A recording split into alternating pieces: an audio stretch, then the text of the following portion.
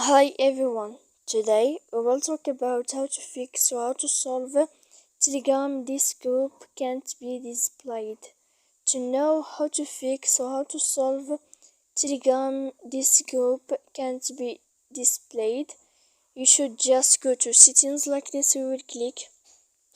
After that, in this page you will go to apps, default apps, app settings. When you will see this list, you will go down to find the application of Telegram and you will enter. Then in this page here you will go to click for stop. When you will end this, you will enter to storage. After that, in this page you will click clear cache. Then you will go to click manage storage, and after all that you can turn off your phone.